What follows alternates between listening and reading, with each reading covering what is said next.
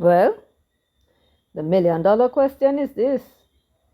After saying that your team went to the Wycliffe Close construction site to observe and determine whether the buildings constructed were in fact in breach of the building permit that was granted, and having said your team observed and determined that there were, 4 bedrooms and 4 bathrooms when there were supposed to be 2 bedrooms and 2.5 bathrooms.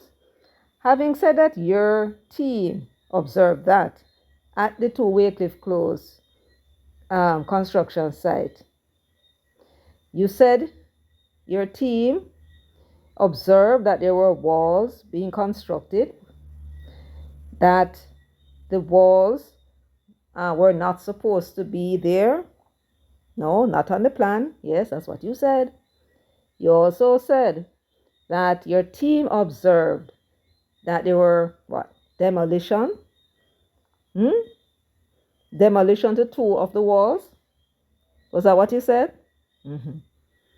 All right, so that was what was in progress when they arrived, evidently to hide the fact that these walls were in breach.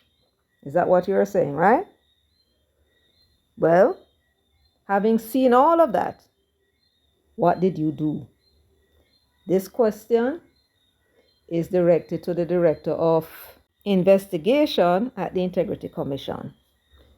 Having seen all of that, what did you do? Well, we'll come back to that shortly. But in the meanwhile, let me welcome you to Jamaica 411. Thank you all so much for stopping by. Of course, you're all here to keep me company as usual. For those of you who are here with me for the first time, welcome, welcome. Please remember to subscribe. And everybody, please give the video a thumbs up now, because you know when you come here, you're getting quality, right? Yes, especially my subscribers. You know the ropes. So please, everyone, go ahead and give the video a thumbs up now, so that I don't have to ask you while you are busy listening to what I am saying and I'm getting down to business. Also, please share as widely as you can. And of course, you may feel free to leave your comments in the comments section. For all that you've been doing for the channel and for sharing, liking, and subscribing, I want to thank you all very much. All right, great. Now that you're back with me, it's now time to get down to business. So you'll see by the thumbnail and my $1,000,000 question, I have for Kevon Stevenson. I would like to know what he did when he found out that the building, according to him, was in breach. Now, my peeps, let me tell you from now, I have no reason to believe that what is reported by the team that went to the Wycliffe Close and what they said they saw, I have no reason to believe that they're not speaking the truth. I am inclined to believe that they saw what they saw, going by the plan, and noted that the walls are in the wrong place. What we can say, therefore, assuming that what they're saying is as they say it is, that at the time when they went there, on the 12th of July, 2024, I think we can accept, at least I can accept, and maybe we all can, that the buildings were in breach. The question is it still in breach? But we'll deal with that shortly. In the meantime, I would like to find out from Mr. Kevon Stevenson, when he realized that the building was in breach, he would have gotten the complaint from a member of the public, a conscientious member of the public, on the 10th of July, 2024.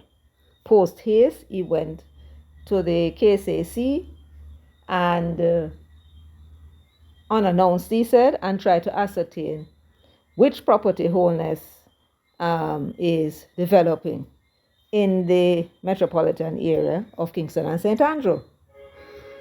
The only one that they could find in Beverly Hills or in Cherry Gardens was the one at Wycliffe Drive. And he now thinks that he may have the property that the informant had told him about, because the informant did not say where the property was.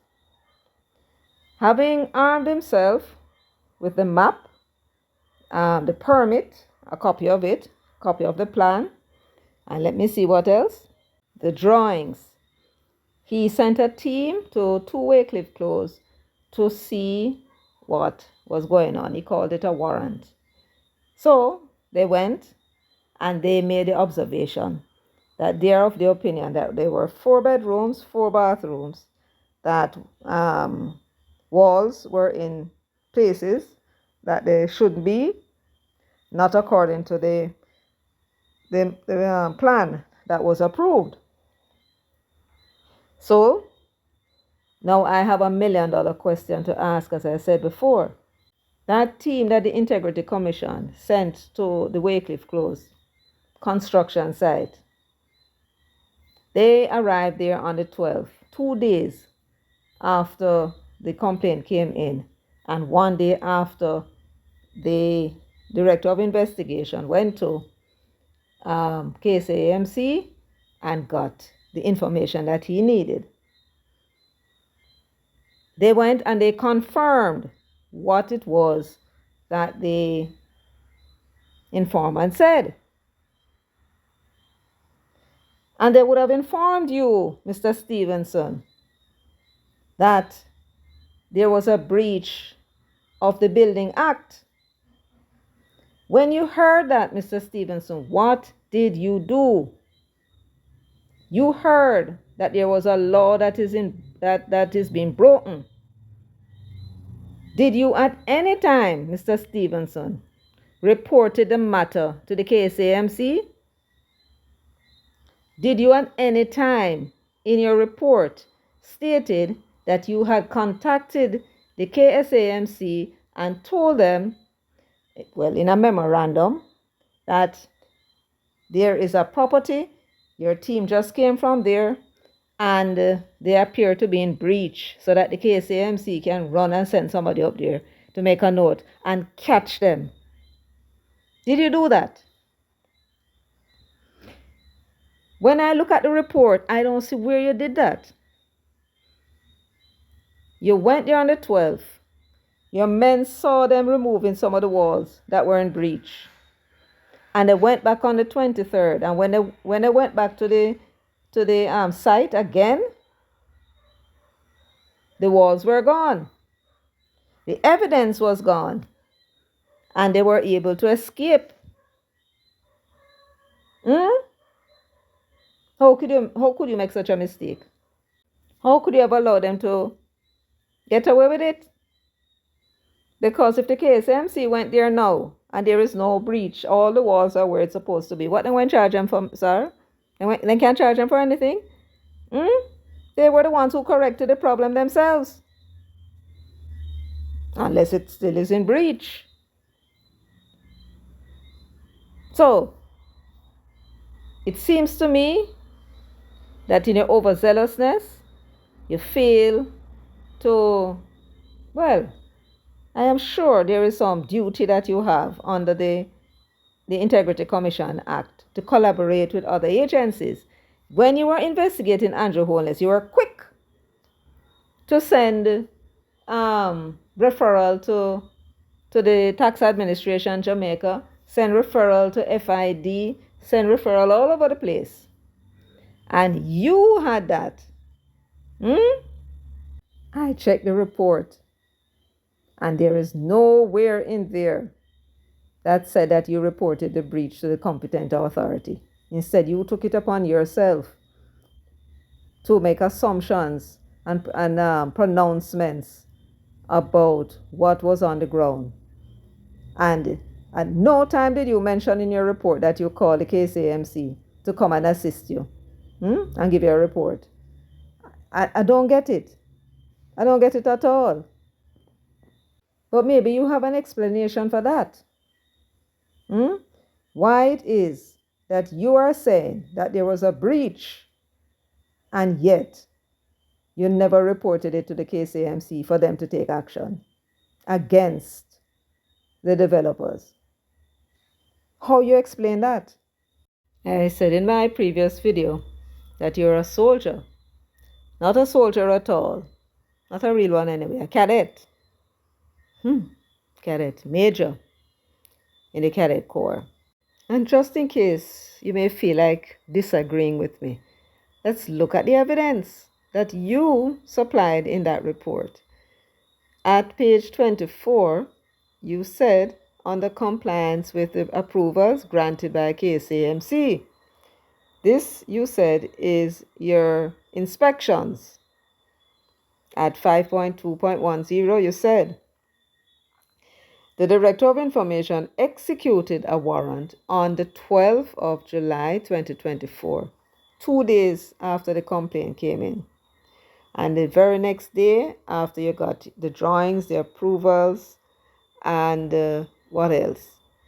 The plans, I suppose, the blueprint from the KSAMC, then you set out on the 12th to go and have a look at this development, right? During the course of the Director of Investigations inspection, the layout of units was checked against the building permit granted to Estate Bridge. So you had a copy of the permit, inclusive of the architectural drawings, and you had a copy of the drawings. You got that from the KSAMC. Now, let's see what happened. What was the result of your comparisons?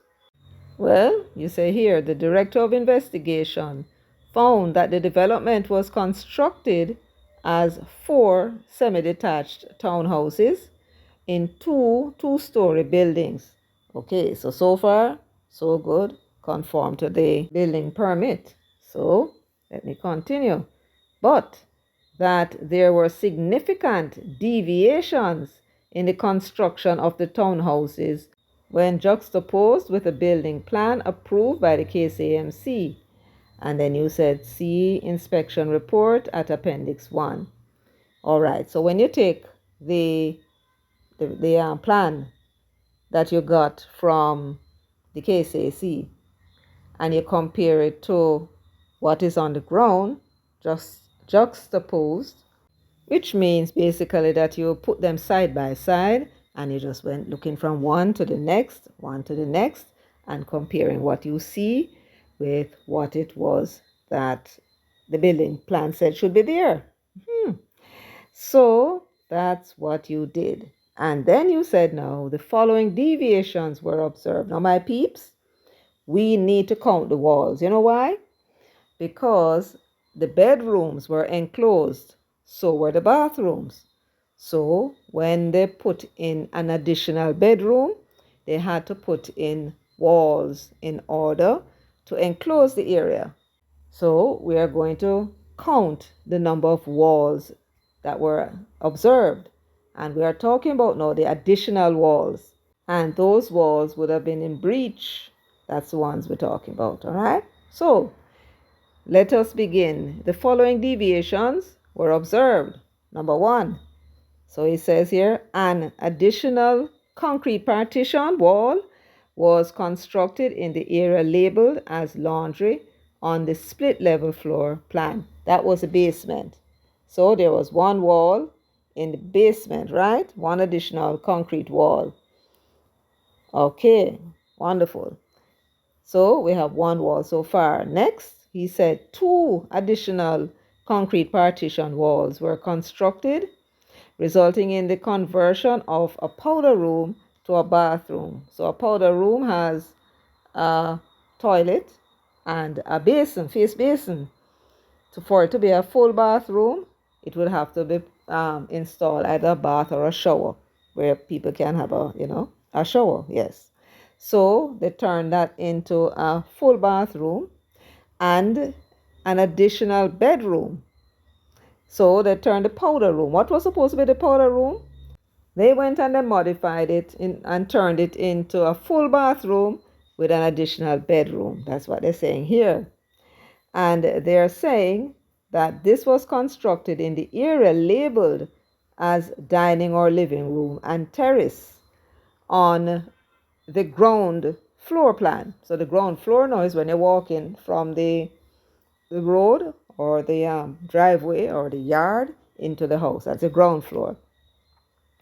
And that's where that was. And they are saying that this also resulted in a reduction in the space approved for the dining, living room, and terrace. And they tell us where we can find that in the report, Appendix 3. So good so far. We have 3 additional walls.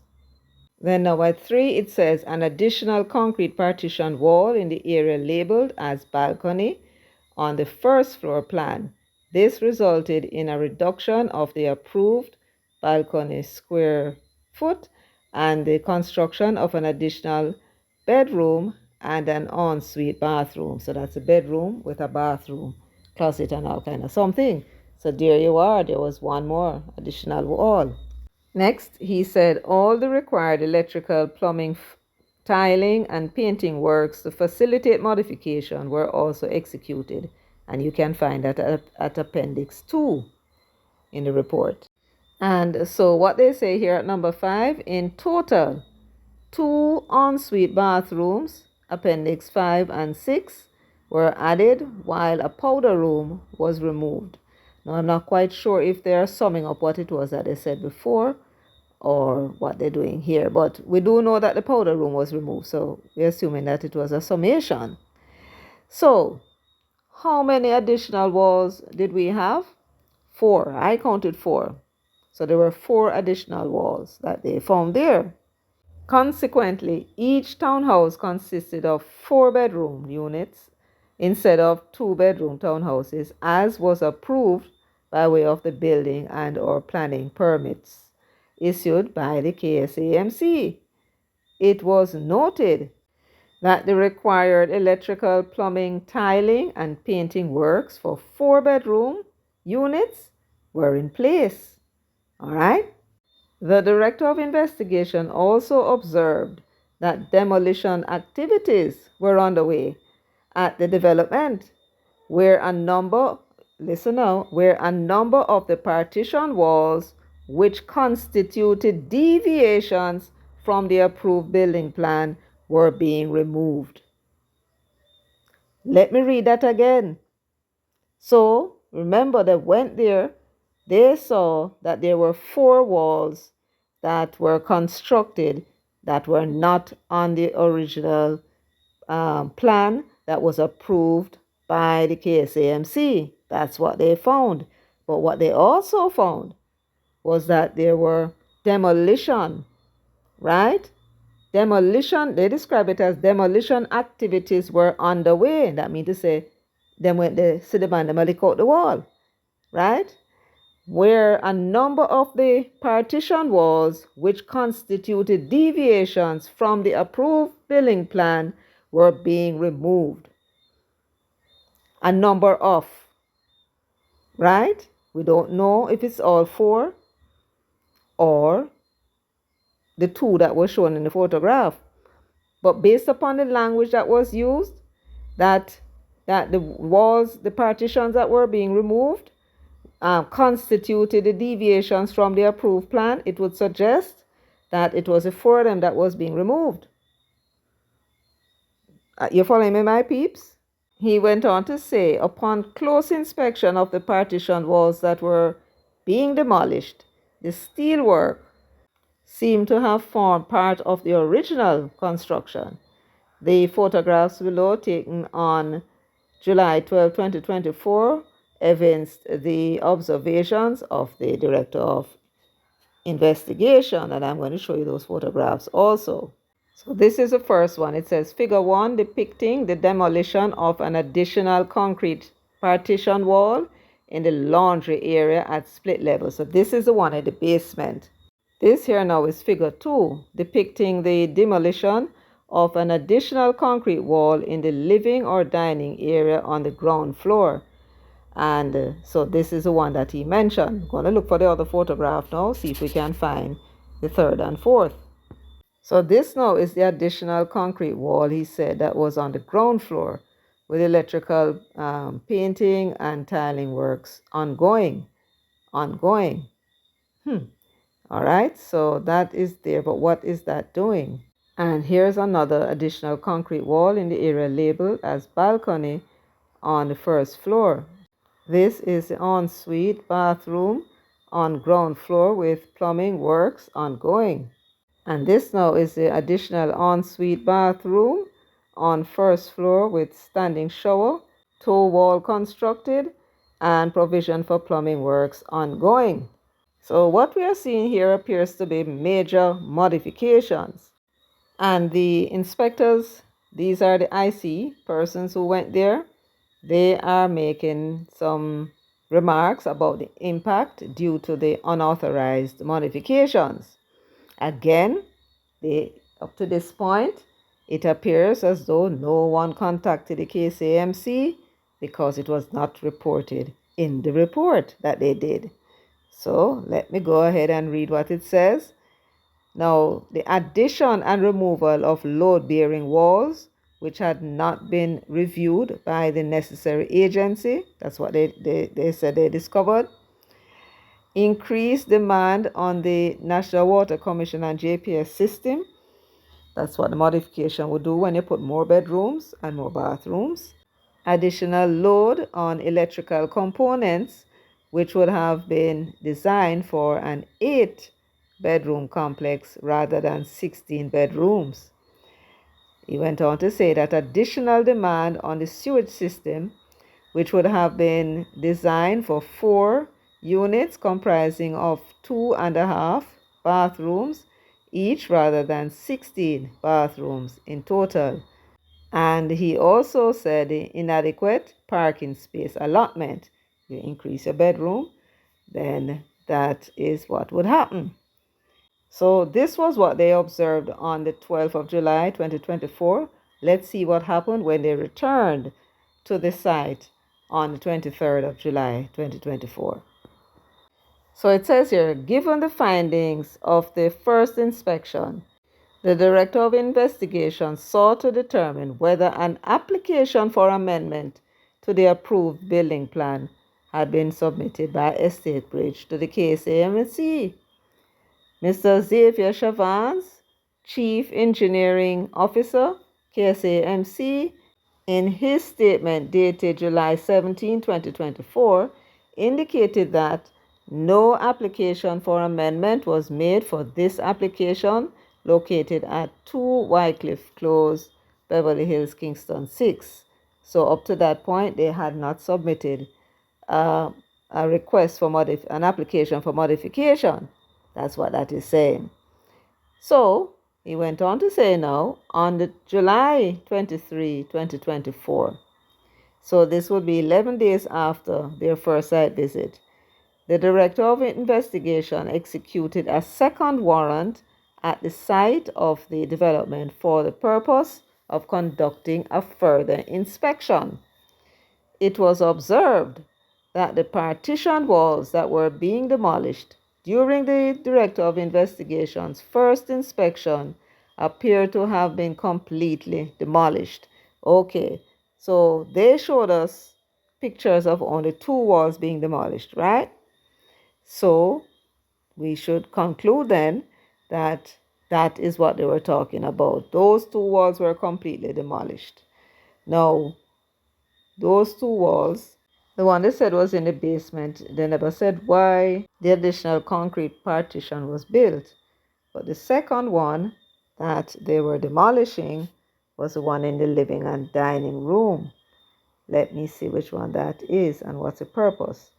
So they said, having constructed that wall, what they did was to reduce the space approved for dining, living room, and terrace, and installed a full bathroom, having modified the powder room into a full bathroom and added a bedroom. So that's what you're looking at here.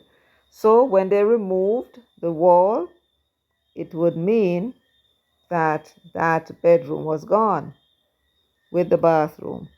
So it would now be left with 3 bedrooms and 3 bathrooms. So it appears to me.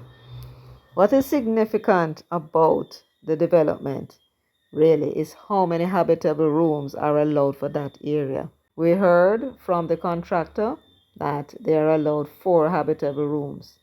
For them to get a 3-bedroom, for them to be able to say 3 bedrooms, they would have to make the kitchen, the living room, and the dining room into one full open area. That would be 1 room, and then they could put in 3 additional bedrooms. Outside of that, I don't know what they will do. They may have to try and get the further modify the title. But here's the thing: if the development order only gives for 4 habitable rooms themselves, then just go and knock out the walls that they put in and return the building to where it was. Otherwise, they can try and see if they can get the KSAC to amend the plan accordingly. But as as the inspector said, the ones from the Integrity Commission, they may be in a better spot because they're going to need additional parking and all that. So that is the situation with that. However, remember, we're going on the assumption that the inspectors from the Integrity Commission know what they're talking about. We heard on the other side, they say it conforms, and we hear the Integrity Commission said, no, we just have to wait on the KSAC.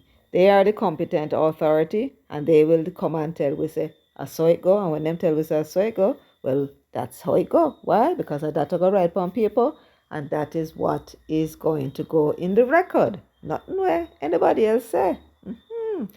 So that was that.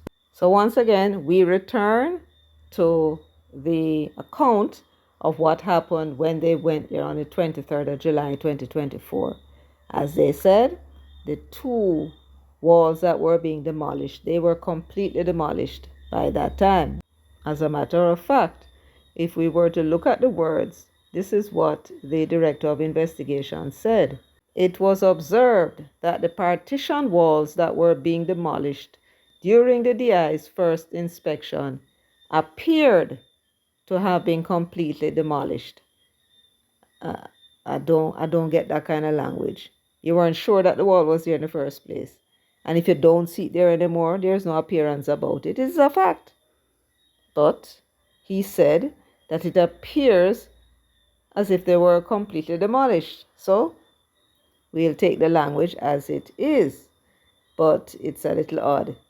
Now, when we move to the next paragraph, it says, in light of the issues highlighted by the Director of Investigation's first inspection and the demolition work that was undertaken, he sought the accounts of individuals responsible for the development and those at KSAMC charged with overseeing compliance with the permissions granted. Now, what I want you to pay attention to is that they did not say in this section of the report what the room count was, what the bathroom count was, right? He simply said, when I went back there, it appears as though the walls that we had seen no longer there. So they must have knocked out the wall and make it so nice and neat that it don't look like anything was there in the first place. That's the first thing. They never said that the bedrooms were there still. They never said the additional bathrooms were there, right? And now they're looking to see now that they have gone and modified the place, and they have not said whether or not it now conforms with the approved plan. They now want to go and ask the people who were involved in it, in the construction, some questions. Right? The accounts of individuals responsible for the development. Now, I wonder if you're getting all of this. Are you getting all of what it is that I'm telling you, my peeps? They went there on the 12th and they made copious notes of what they saw. Right? 4 bedrooms, 4 bathrooms, and they took photographs of the walls that were being demolished. 2 of them, they said. And they also made notes of additional walls that were not on the plan. There were 4 of them, and 2 walls were demolished. that took out a bedroom and a bathroom. Good. When they went back on the 23rd, there is no account in the report of what they saw, except to say that the two walls that were there, that they saw being demolished, where they saw the wall, it appears as though it was completely demolished.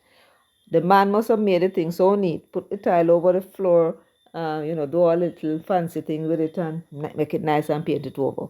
So when them go there now, them not see no evidence. If KSAC were to go, they probably would not have seen or known that something was there unless somebody said it was there. That is what I am getting from this. In this report, towards the end, there is a sheet where the witness filled out and told us what he mentioned here about the modifications that they saw. But what he did not see was a second witness statement pertaining to what it was that they saw on the 23rd. I wonder if you're getting me peeps. Why is it that they did not tell us, having observed that the two walls appear to have gone, right? Not there anymore, completely demolished. Why is it that there was not a second witness statement from the inspectors or whatever they want to call them that went there? They call him the director of investigations, right? They were acting on their behalf. So, yeah. So those persons that went there, why was it another statement was not taken? Why was the state not recorded? What was it that they found on the 23rd? Because it seems to me that what they found, and it has to be, was that the building now conforms with what was approved. That it conforms to the building permit that they had. Why do I say so? Because of the language again that the director of investigation is using. Here he's saying, in light of the issues highlighted by the DI's first inspection and the demolition work that was undertaken, he sought the accounts of individuals responsible for the development and those at KSAMC charged with overseeing compliance with the permissions granted.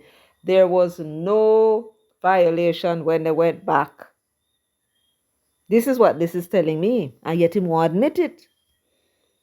He need to now go and ask the people involved some questions, right? And I will skim through and let us see what questions he was asking. It says here, the accounts of individuals responsible for the development. So the first person they had sought audience with was Mr. Norman Brown. He was the director who told us before that as part of his investment, he decided he was going to take on a supervisory role.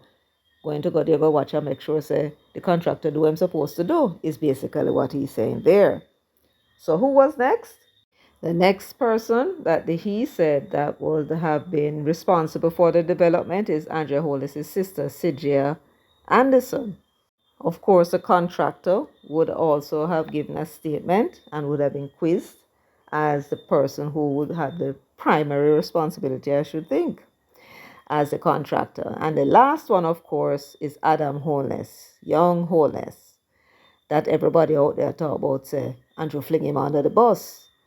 Anyway, we're going to produce another video, my peeps, and when you hear what happened, you're going to be very surprised, and so will they. I don't know any people saying us, but they will be them, because every time I open them out, them ever I make a dreadful mistake, and that was one of them. Anyway, so let us see now that Andrew fling him son under the bus according to them, let us see when the director of investigation got to him, what was it that happened? Let's read.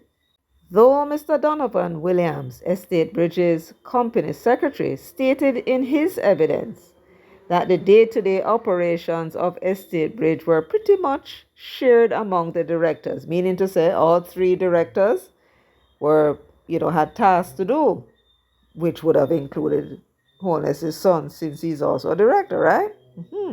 So the director of investigation went on to say, in line with Mr. Brown's evidence, Ms. Anderson stated that business operations are generally managed by Director Norman Brown. So the company's secretary said, yeah, man, all three of them would have, chip in and do their part. But Sidgia and Norman Brown, the other two directors, both said that the business operations is generally managed by Norman Brown. So having taken their word for it, this is what he said. The director of investigation, therefore, did not deem it necessary to speak to the third director, Mr. Adam Holness. So he never spoke to Adam Holness at all. Now, why is it that Mr. Norman Brown is the one that is mainly in charge? Because Sid Jill lives abroad. Adam just come into the thing. He's a young lad and don't know anything. And so it's left up to him as the third director to manage the operations. That's the long and short of it. So I don't think there's anything else I have to bring you today. So I'm going to end it here. I am going to bring the other part now to do with Adam Holness and this idea, thought that you have been hearing that his father fling him underneath the bus. But you know what old time people say? Sometimes the thing is not as it appears. So when we get there, you will see what it is that really happened. So stay tuned, and a not not go, a something not come. Anyway, my peeps, thank you so much for being with me, sharing, liking, subscribing, and leaving your comments. Until next time, take good care of yourselves and walk good.